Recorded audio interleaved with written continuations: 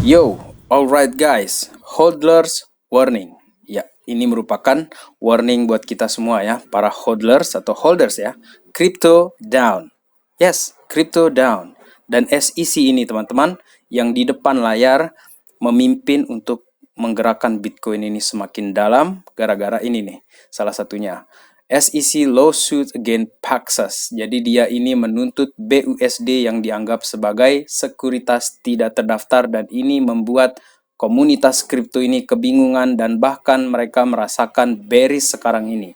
Padahal baru beberapa minggu mereka ini euforia karena ada kenaikan Bitcoin, tetapi muncul lagi pemain-pemain baru atau pemain lama lah kita bilang seperti itu dengan cerita baru untuk menjatuhkan harga Bitcoin ini lagi teman-teman. Dan ada satu pemain besar di belakang layar yang juga akan kita bahas di update video kali ini teman-teman. Untuk itu let's dive in my friend. Welcome back everybody to Black Cuan.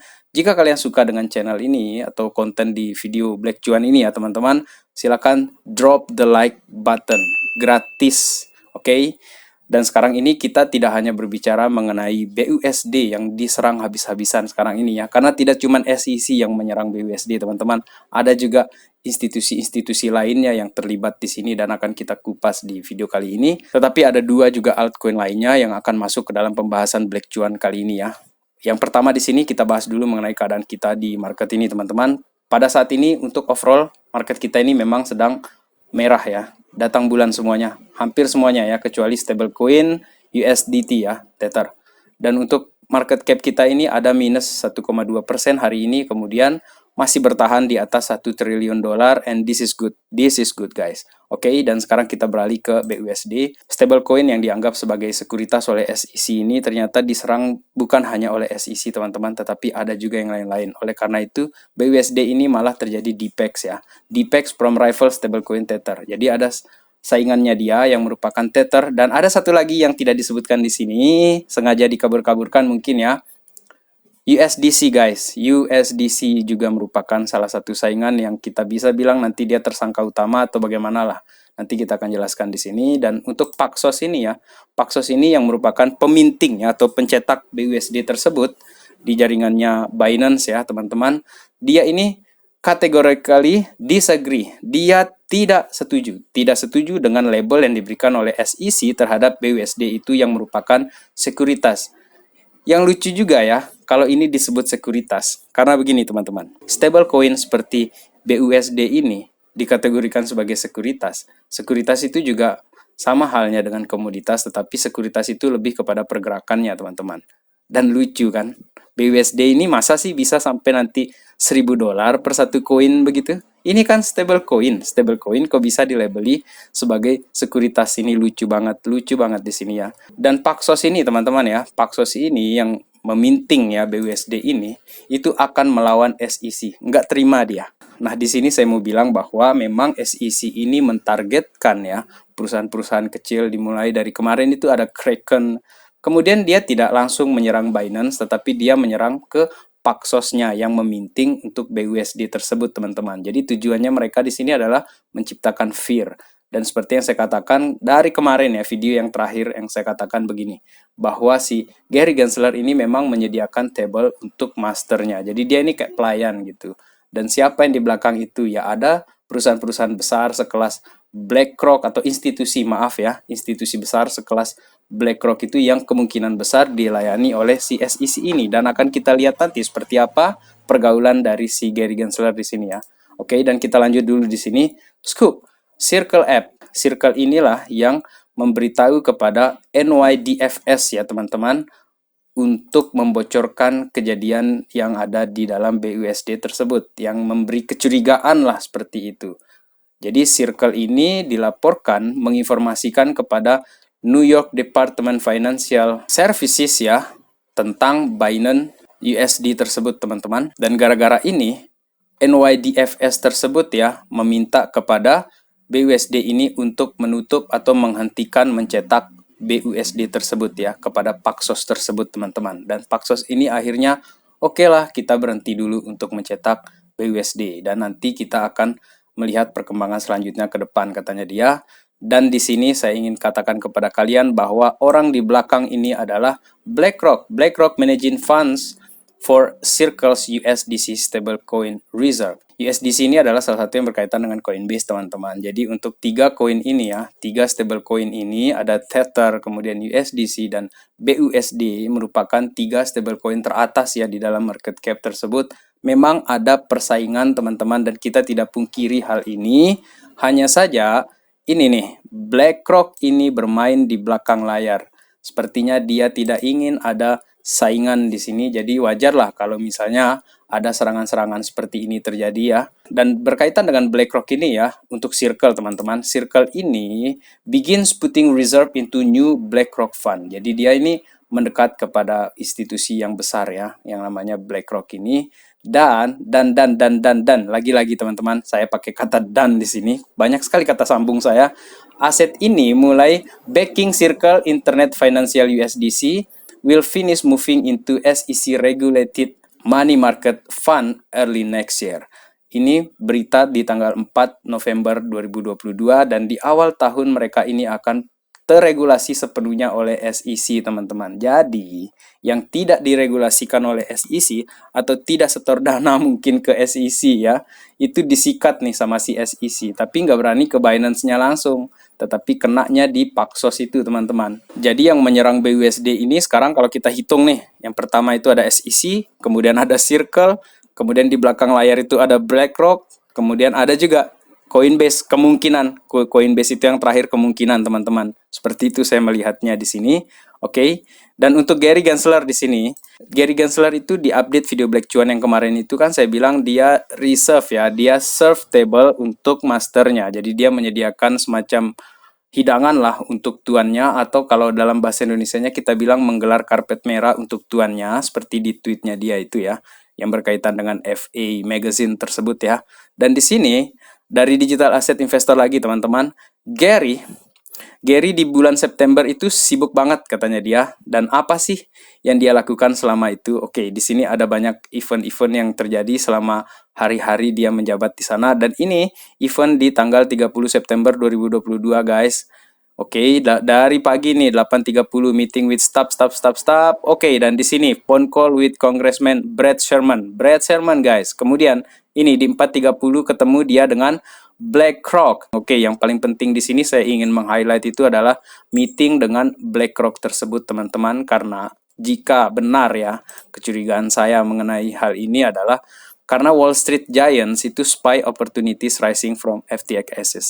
Jadi semenjak kejatuhan harga aset kripto ya, itu banyak sekali ya perusahaan-perusahaan raksasa itu yang sudah melihat peluang untuk mengambil aset-aset itu dari kejatuhannya tersebut, teman-teman. Dan salah satunya ini adalah BlackRock. Dan ini memang sudah saya tampilkan di video saya yang sebelumnya ya, teman-teman. Dan ini berkaitan banget dengan apa yang dilakukan oleh si Gary Gensler ini tadi ya, dengan orang-orang yang sibuk sekali dia temui ya. Oke, dan kemudian sekarang ini mengenai Binance di sini, teman-teman, BUSD itu ada update dari CZ ya, CZ Binance. Ini merupakan thread ya, ada 8 thread di sini. Tetapi dalam ringkasannya dia, in summary, BUSD ini aman kok. Aman katanya dia. A funds are safe. Safe. Aman. Oke, kemudian di sini dikatakan bahwa Paxos ini telah menghentikan ya untuk sementara ini, dan sepertinya ini akan berjalan dengan mulus kok. Kayaknya serangan-serangan terhadap Binance ini nggak terlalu berarti lah, karena nggak berani langsung kan SEC itu menyerang ke Binance, teman-teman, menurut saya di sini. Dan akibat ini semua terjadi, teman-teman, investor itu dibikin goyang ya, karena ya si SEC ini kan memang mentargetkan untuk bikin keruh di market saja ini menurut saya ya. Selain dia mendapat keuntungan dari perusahaan-perusahaan kecil yang dia palak seperti itu kan.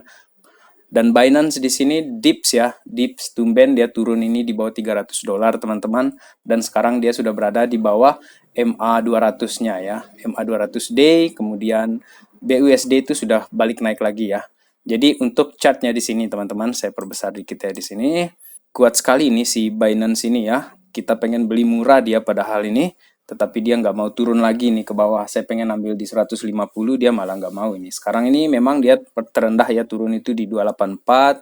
Oke, dan kemungkinan kalau bisa ngambil di $250 itu udah bonus ya untuk kita trading di Binance Coin tersebut, teman-teman. Dan ini semua terjadi gara-gara SEC tersebut ya, yang menyebabkan kekeruhan lah di dalam market ini gara-gara dia sibuk serang-serang yang kecil-kecil tuh perusahaan-perusahaan stablecoin lah segala macam seperti itu kan. Oke, dan sekarang ini Matic teman-teman, Matic itu juga dengan kondisi makro ya untuk market ini yang sedang down sekarang ini, crypto down. Oleh karena itu saya bilang tadi tuh holders warning, sekarang ini kita ini ada crypto down sekarang ini, dan Matic ini sudah breaking below fake out level teman-teman, dan dia ini sudah berada di 1,1 dolar ya di sini teman-teman. Kemungkinan besar dia akan ngetes ini di support 0,95 mungkin ya. Seperti itulah. Jadi kalau untuk kita trading ini ya kita bisa ambil di sini expect seperti ini terjadi ya. Apalagi jika ya yang keluar nanti CPI data itu justru membuat negatif market ini ataupun inflasi semakin naik nanti berdasarkan data-data ekonomi yang akan keluar itu, maka sepertinya untuk Matic ada kemungkinan bisa ketemu di support yang di sini teman-teman ya. Oke, kemudian yang di sini Bitcoin ini kan turun ini gara-gara si Gary Gensler itu juga ya. Saya dari tadi ini menyalahkan dia terus ini teman-teman karena Bitcoin Ethers drop as investor fret over inflation data. Jadi memang semua ini menunggu ya dari data-data inflasi, kemudian CPI yang keluar hari ini, nanti kita lihat seperti apa datanya keluar dan seperti apa respon dari market ini teman-teman. Jadi untuk Ethereum itu sudah di bawah 1.500, dia sempat turun teman-teman, dan Bitcoin ini masih belum bisa naik di 22.000 dolarnya itu teman-teman. Tetapi di tengah berita-berita negatif ini, di tengah berita yang jelek ini teman-teman, asli kalian akan melihat sebuah fakta yang justru sebaliknya. Bitcoin justru hits record 44 juta non-zero addresses thanks to Ordinal's Glassnode. Jadi Glassnode ini yang mencatat ya ataupun mengumpulkan data-data mengenai address dari pemilik-pemilik Bitcoin tersebut teman-teman. Dan ternyata ini nih, Bitcoin number of address with non-zero balance, dia terjadi kenaikan seperti ini teman-teman. Kita perbesar di sini yang new ATH untuk non-zero balance Bitcoin address 44,06 juta orang memegang Bitcoin ini teman-teman. Jadi kalau misalnya ini bisa tembus ke 100 juta, 200 juta, bahkan ke 1 miliar manusia pegang aset Bitcoin teman-teman, berapa harganya? Mereka akan rebut-rebutan. Orang cuma 21 juta kan. Update berikutnya untuk Bitcoin ini teman-teman, selain bahwa ini nih jumlah non-zero balance ini sudah meningkat teman-teman, ini ada Antonio Pompliano yang berbicara dengan Peter Schiff. Peter Schiff ini sama dengan si Jim Cramer teman-teman, dia ini sama-sama anti Bitcoin, tapi nekat aja nih Antonio Pompliano ini ya, seorang maksi Bitcoin, itu ngomong sama dia ini, dia bicara sama si Peter Schiff ini teman-teman. Dikatakan malah Peter Schiff ini tetap kekeh, dia teguh dengan pendiriannya bahwa dikatakan Bitcoin akan go to zero, tetapi tidak terjadi langsung boom, tidak. Tetapi dia bilang terjadinya itu slow, pelan-pelan, akhirnya Bitcoin ini turun dan akhirnya nol. Dan di sini juga mereka bicara tentang inflasi, kemudian ekonomi yang terus saja turun teman-teman. Oke, tetapi Anthony Pompliano ini ingin meyakinkan Peter Schiff ya. Susah juga meyakinkan orang yang sudah seperti ini ya. Oke, kemudian terakhir di sini teman-teman, sebagai pengingat kita, reminders kita semua di sini yang long terms ya. Robert Kiyosaki di sini dikatakan bahwa giant crash coming guys. Ini sebenarnya sudah saya bicarakan di beberapa video yang sebelumnya dan terus-terus saya ulang lagi sekarang ini karena masih belum saya lakukan aggressive buying ya. Pembelian agresif untuk black cuan ini masih belum saya lakukan teman-teman. Dan perkiraan saya dan semoga saya salah. Semoga saya salah karena kalau misalnya ini benar teman-teman, wah parah juga ya. Bitcoin bisa akan tumbang lebih dalam lagi. Tetapi saya berharap saya salah di sini teman-teman. Bulan 5 Mei atau Juni itu terjadi aggressive buying yang dilakukan oleh Black Cuan di sini. Dan balik lagi ke Robert Kiyosaki di sini, 2025 emas itu aja sudah bisa nanti itu 5.000 dolar, kemudian silver itu 500 dolar, dan Bitcoin teman-teman 2025 dia percaya Bitcoin itu berada di harga kisaran 500.000 dolar, setengah juta dolar bisa Bitcoin itu.